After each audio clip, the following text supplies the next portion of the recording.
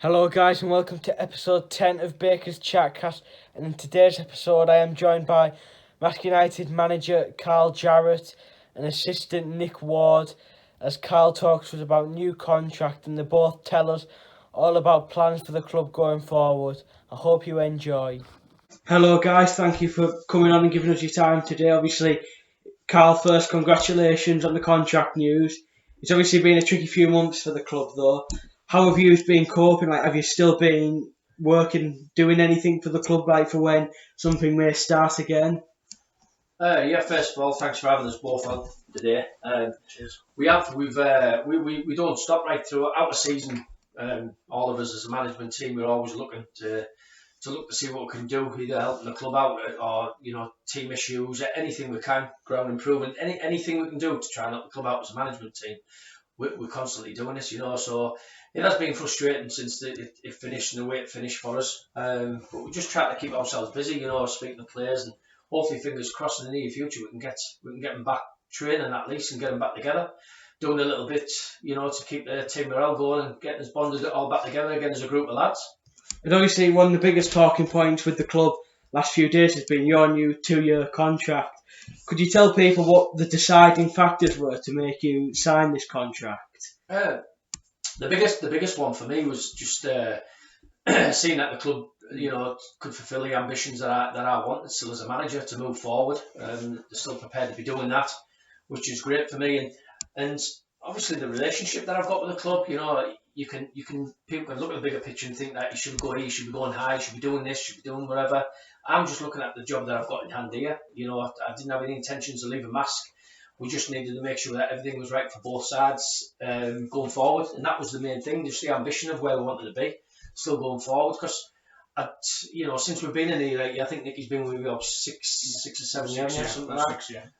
We have gone forward in every year. It's been an improvement. Since Peter Collinson had it from the early stages, which laid the foundations for us to build on, which I'm very grateful for Peter. The time that we spent early doors, but for me, that's what we looked at to try and go forward. And when I spoke to Mark Arkin, the new chairman, I think it was one of them where he was still wanting to improve. So to me, it was a no-brainer to just get it signed, and then we can look forward as a full squad and a management group. And obviously the club has come on massively since you've taken over. Nick, you've been here for a few years, managing alongside Carl, and obviously played here as well. How do you think the club has come on since Carl's arrival? Yeah, like Carl said, we've improved as we've gone. Since I've been here, obviously Carl came in first, normally in first year, and then obviously improved as we've gone. We've obviously each year we've looked to improve the squad, as always. A couple of years we've had to get rid of players, bring other players in to reach where we want it to be. But in general, we're getting higher. We've obviously gone up in the new league, and obviously it's just a bit disappointing with the COVID situation. Yeah. That we felt we had a lot of good things in place. We were in a good position, and obviously that was a bit of a downer. But like I say, we're looking forward to getting back to it and obviously improving more and taking the next step. Because like you have both said, at the start of the last season when that's just been voided, Marske did look very promising in the league, and obviously that fantastic FA Cup run. So it's a shame really about how this situation. Yeah, totally. Like you say, we thought we had obviously a good squad. Everyone was 100% into it, as we expected. Good management group, and it's just a shame that it's happened, but it's happened. So we've got to obviously regroup, which we're doing. And we're going to look to push forward. I think for us, since we've been in the FPL, for us, what we're looking at the last 3 years is our first season when we finished about 9th. I think it was trying to improve in areas where we thought we were sort of weak in. The very first year we come in defensively, I didn't think we were excellent. So we done that by bringing the likes of Kev Burgess into the club, new keeper in, obviously with Ryan and stuff, and Jack Norton obviously coming before him. And it made us defensively a lot more stronger. But then we recognised obviously that in the second year when it looked like we were going to make the playoffs before it went downhill again. We recognised that we weren't scoring enough goals. It was written there, wasn't it? It was in the stats that we weren't scoring enough goals. So last season that we had a little look at what our main areas was to keep all the lads that we had there, but try and improve in them areas. And you know yourself, you've seen the likes of Matty Tyman come in from Whitby and Adam Boyce coming from Spennymoor. Obviously Ryan Cappy coming in from Hartlepool. There was three great signings, and then Nick Hood obviously coming in from Middlesbrough under 23s. So you're looking at them areas there, and we've strengthened in good places, you know. And the way they both started, as in Matty Tyman and Boise, with the goals that they provided for the team this year, you know, we were flying. So the improvement's been there. It's just something that, you know, we want to carry on, don't we, Nick? So right, yeah. Obviously, it's a very strong squad, and it looks like when you see them on the pitch, from your perspective, you must see that they've got good chemistry as well. Have you been doing anything over the lockdowns to make sure that the squad can keep fit and keep that sharpness for when the season does come back? Well, obviously, like initially, before the lockdown earlier on, obviously we were still setting them. Glad we were setting them sessions out online, you know, so they had to obviously do the stuff, send it back into us, so we knew just some things like some were 5k runs timed, so on Strava, send it over, other sort of exercises just to keep them going. But like I say, like Carl just hit the nail on the head, we're looking forward to hopefully soon getting back at it as a group, so we can obviously see each other and train, you know. I think a lot of them all being young, Well, they're all young athletes, yeah. you know, they look after themselves, you know, they do look after themselves. And it has been very hard because you're setting in these things and they're going out and doing it by themselves. Collectively, they want to train as a group together, you know, so we are waiting for that. But when you've got a group of lads like we have in that change facilities, you know, they're forever all over social network, putting the runs on, you know, everything they've done. So they keep themselves as fit as you can, really. And at this level, I think most teams do. I think most teams keep themselves as fit as they can, really. So our lads are no difference. You know, they are a good bunch of lads, like you've just hit the nail on the head. There is a good bunch of lads there. The changing room was excellent, what we've got at the present minute. So, you know, things are going well. Obviously, coming out of lockdown now, Sunday League have announced that their leagues can resume. Do you have any idea when teams like Marske level are allowed to train as a group again? We're hoping when the Sunday League, in my eyes, when the Sunday League go back, the grassroots, I think, go back next month. I don't see a problem with us, you know, maybe even if it's two separate groups like we've done in the early doors, you know, maybe even if it's 3-6s or, you know, two different training sessions, you know, something just so we can get the group back together. Hopefully, fingers crossed, in our view, next month we'd like it, wouldn't we? Definitely, you know, not too late to the end of the season, so then lads are, you know, seeing it as right with the season's finished. You know, we want to see it now where we can try and, you know, get the lads back together, like I said, and keep the team morale going and keep everyone together, isn't it, really? Because I've thought about it, and if you can have 22 players running around on the field for Sunday League, there's no reason why training can't be taking place, really. Yeah, that's sort of our opinion. No, hopefully we're planning for that, and fingers crossed we can get back to that as soon as possible. I think it helps us as well because, obviously having Clarkey, Liam and Macca with the coaching side of things, we can separate them off into groups, you know, so they've got the full pitch to work with if it was on here, or even if it was elsewhere on the 4G where we've been. So we can separate them, so, you know, they keep themselves apart from each other as well, not all in one large group, you know, doing a full training session. Obviously, back onto the contract news, it's been massive with the fans, and they've been non-stop since you've come in. Well, you've now got the Yellow Warriors, you've always had the Tinsher. How much of a big part do you think they've played to the club's success in recent years? You know, like you say, fantastic having all the fans, you know, the massive part of the club. You know, it's absolutely massive for us and all our management group, you know, to see the fans there. You know, I'd love to see them on the away games, you know, obviously the Yellow Warriors at the away games with the flags up and everything. It's just so morale boosting for the players and us to see people there. And going forward, we're hoping this year to do a lot more work on that and get more people to come away games and obviously fill this place, which obviously the crowds, as we left it, were quite decent and had been lifted from the previous season. So we're hoping, like you say, to get this place as many people in here as we can. You know, got certain things like the can bar, other things to attract hopefully more people in. But obviously as well, going away, getting more people to away games, which is important. But the fans are massive for all of us. Yeah, I think from my side of things as well, what we're going to be trying to do this season, as me and Nicky have spoke about it a lot with a few of the committee lads, is basically to try and have that communication levels with the fans as well. You know, not having too far away from you because they pay good money to come and watch the lads. You know, work hard for it. You know, at the present minute, it's been hard. You know, the way things have gone on. So for us, it's maybe about trying to invite them down to the club on separate nights and having question answer night, or just having a night in with them all. You know, and invite them into the clubhouse and get the footy lads down. Just a bit of togetherness with them. You know, let them understand that we respect everything they do, don't we? For the crowd, they've been fantastic over the last 8 years that I've been here, and they've grown in numbers. It's just one of them things that it's a big thing for me, because they are life and soul of the club, really are.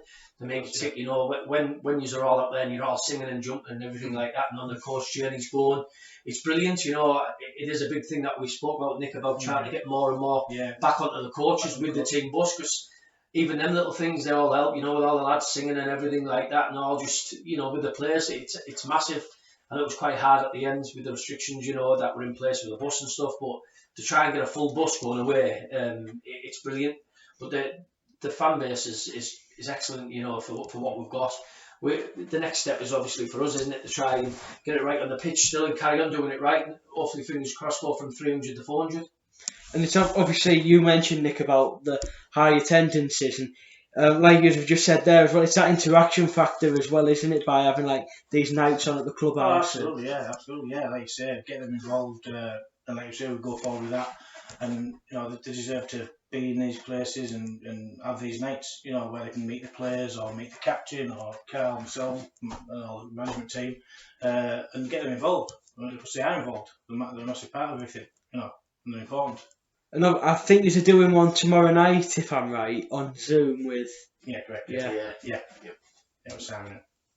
Nick, your role at the club alongside Carl includes like a bit of studying the opposition team.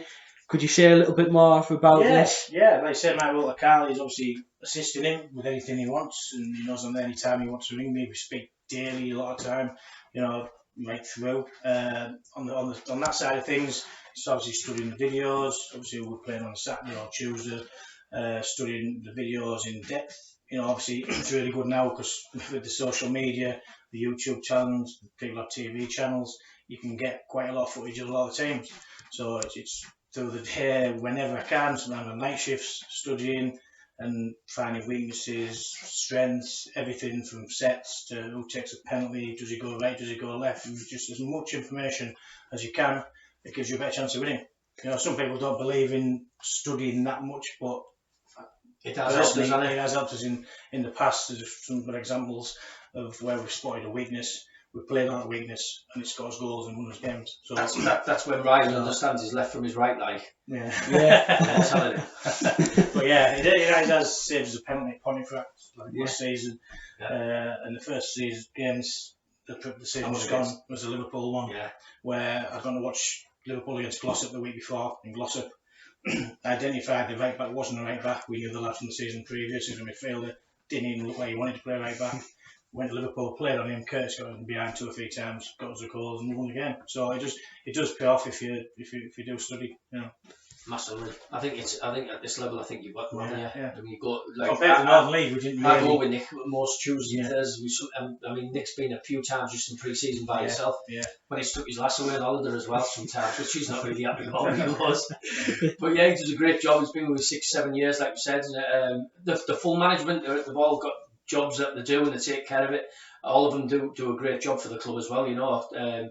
But Nicky, obviously, alongside with me, he's like you spoke about, he travels all over the place looking at games, the full lot for me. So the information that he gives us is very helpful for match days. It's great doing the videos and like so we're watching the videos, but it's even better if you can get to the game. You know, obviously it's a lot further travel this time, but there's no problem if I'm off and I'm free 2.5 hours to Manchester to watch a game on Monday night, or I'm off, no problem. Travelling doesn't make a difference, you know. And then you obviously get the view of the whole game, don't you? Because you can see the highlights. I don't think that game. I don't think I wouldn't have picked up that Glossop game how bad the right back was. On the video. So in that sense, that game that showed me his body language, everything. You know, and you know when we obviously had a team here at Liverpool, we were delighted when we seen he was still right back. So it was more like let's get in Curtis with pace, and it worked. So that's why it's been important, and we've rattled on it about our games, haven't we? I know Simon Wall's done his best at the present minute in the last couple of seasons for us. His media side's come on really well. trying to interview us and obviously do the game side of it. But it's not even about just looking at opposition. It's about looking at our own game, about where we can improve, where our mistakes were made, or not just mistakes, where we were good in games. So you can try and show lads that these things here with the new training facilities, with the TVs and all that, and you can sit them down without boring to death, but just hit the right points in the game, what we're good and what we're bad and what we can improve in, and what would help us. So them little things as a management group, they do help us massively when we're looking at these things. So that's why we're going about us trying to move forward with things like this. That's why there's always people asking, what can you do this, can you do that, can you help the club out, voluntary work, these things that these people are doing for us are excellent. And then when you've got him recording the whole match, then you've got that to show the lads, like you're saying. We don't torture them and let them watch the full match. It's just an odd little bit, You like you said, what should have happened and what shouldn't have happened, And you've got to give them, when we get things right, you've got to let them know as well, because you can't just keep on hitting them saying this is wrong, because you just get depleted by it. You've also got to let them know that praise when it's due. Yeah, definitely 100%. On this podcast, I spoke with Curtis Round a month or two ago. That'd have been fun, was it? And we did say, obviously, there's a massive gap to fill between now and when the new season would begin. Would there be any, and we were saying, would you be thinking of playing any friendlies between now and the actual pre-season when? Well, we've been sort of speaking, haven't we? Yeah. About going forward and doing something. At some point, obviously, when we get a few more guidelines of when we can of doing that, and getting some games in, there's like pre-season games or pre-season tournament even. It's something we're maybe thinking about down here. Obviously that's early stages because we need to know what we can, when we can and can't do games. If you know ideally is like a cup competition around in the area, with teams that are locally here, so we can host it here, so we can get the fans in here.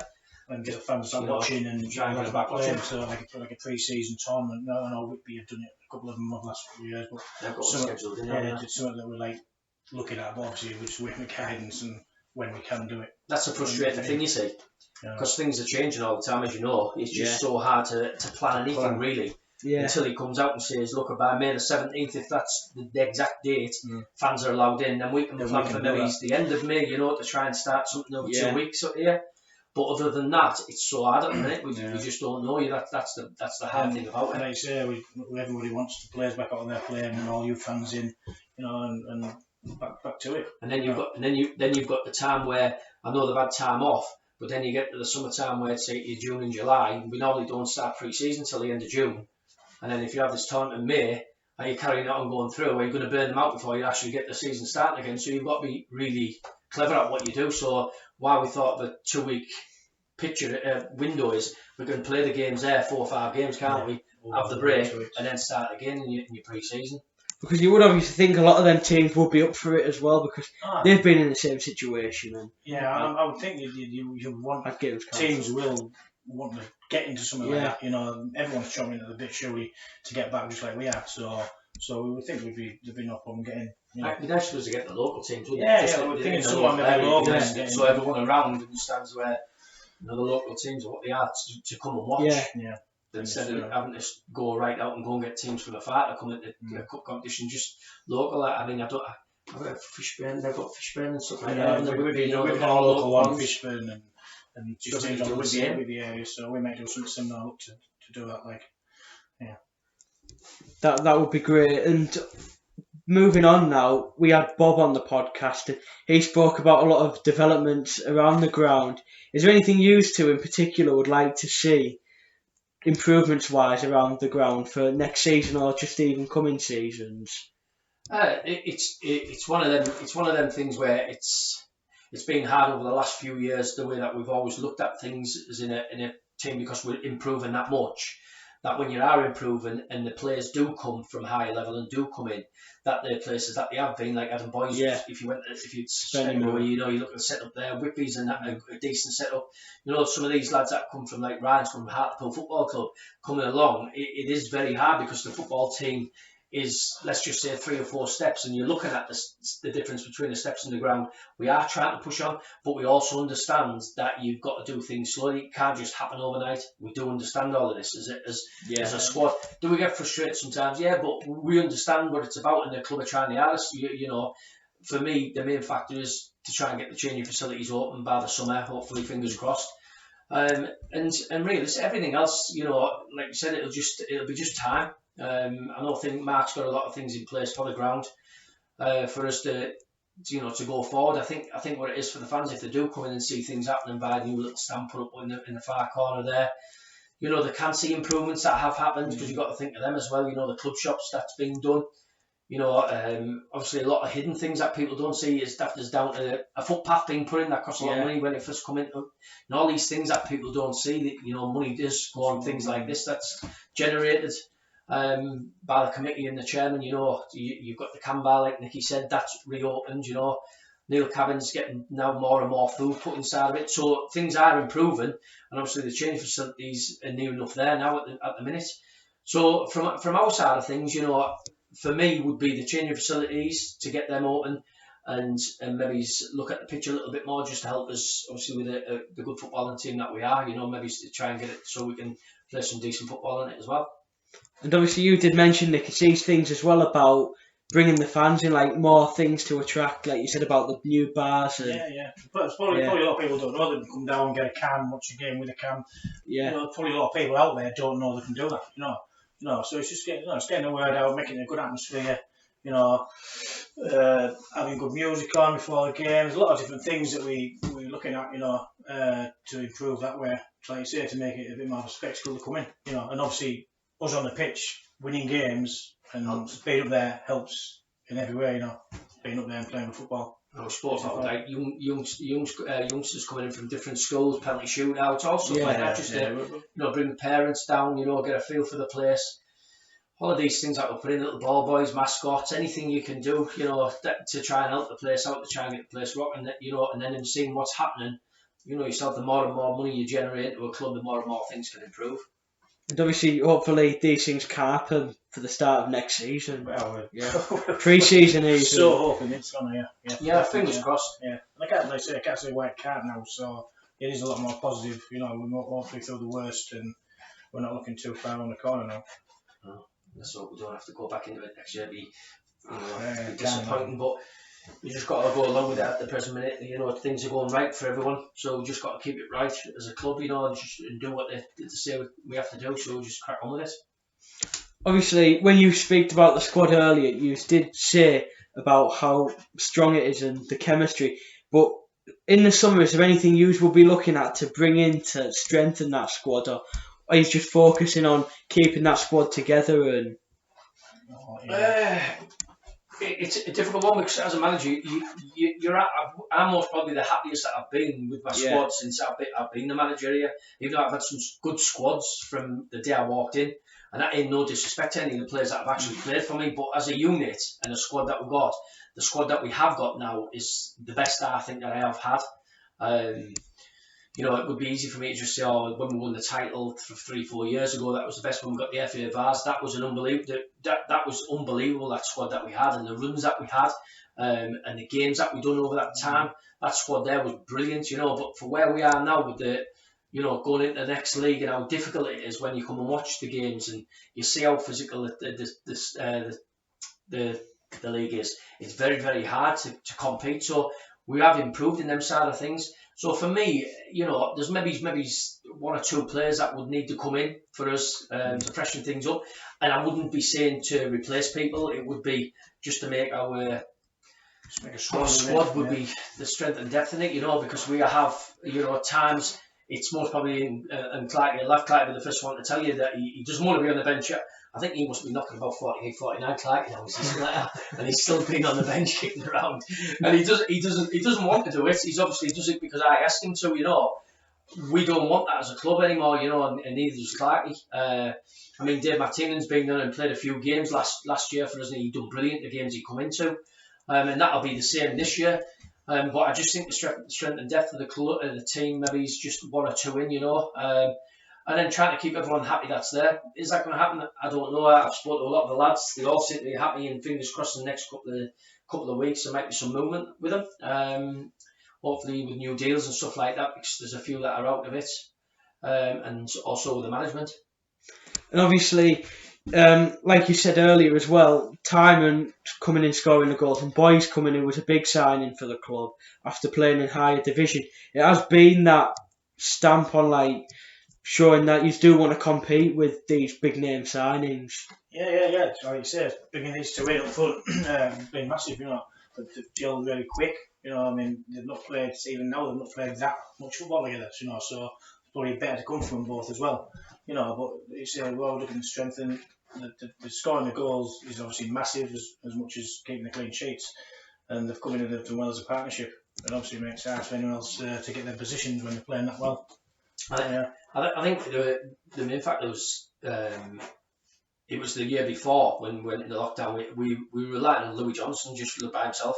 Louis come to the club and he was flying pre-season and he at the time he was on a non-contract, wasn't he, when he first come in? He come from South Shields. He'd been on pre-season with South Shields. And I got a phone call about him, and I've been and gone and watched him about a year before at Synthonia where he was at. And he got himself fit, and we brought him down, and he was flying, but it was relying on him quite a lot, to score the goals. So we moved Curtis from a left-hand side up there with him, and at the time it was going okay, but with him not being prolific goal scorers, the pair of them, even though they did chip in, it was one of them things where we were dominating games but not scoring enough goals, and that was why we went out. And Mako obviously he helped us massively, didn't he? To get Matty in because he knew him, and he was out of contract. And Nicky worked hard to get Boise when he'd left Spenny, along with me to get him in. So that was the big factor because we knew that they'd bring the goals, and I think they've scored 30. I think they scored 30 goals, already between the pair of them, which is great. So if we can keep them going well together, and then obviously the rest of the team chipping in with goals, we'll do well again next year, hopefully. And on to depth, like.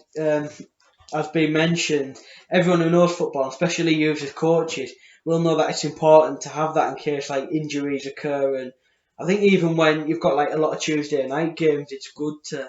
Yeah, it's good, and like you say, as we go, you can keep things fresher rather than people playing every game. It's important to keep people fresh as well. Having strength in depth allows you to do that. You can pull people out, put someone in just as good. And there's no problem, and it's just like I say, it just gives that strength and depth to keep things fresh and keep the squad a bit fresher. It's a squad game now, isn't it? Absolutely. It's a squad game. It isn't about 11. Especially in this league as well. You're travelling around. You can go down over to Liverpool on a Tuesday night after a lad's done about an 8-hour shift. And I expect them to work wonders for you and stuff like that. They'll do it. They'll try the hardest for you. But then when you get your Saturday as well, and they've done the rest of the work, it's right. Let's pull him out. It's a squad game. It has to be rotated, for us to get the best out. We've got to, like I said, it's a small squad, but it's a good squad.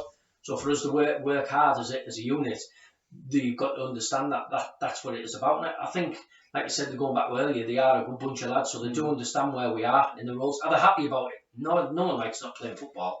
We understand that, but for us to get where we want to be, we've got to understand sometimes we're going to have to come out for 1 or 2 games, or even a half a game, or for the rest that they need. But it's definitely 100%. It's a squad game now. Like since you arrived, you obviously had multiple squads, and there's been a lot of memories, including promotions, cup wins, and obviously that fantastic FA Cup run. Do you two have any favourite in particular moments from since you have arrived, Carl? Probably mine was the Bracknell weekend at the Vars, quarter-finals of the Vars.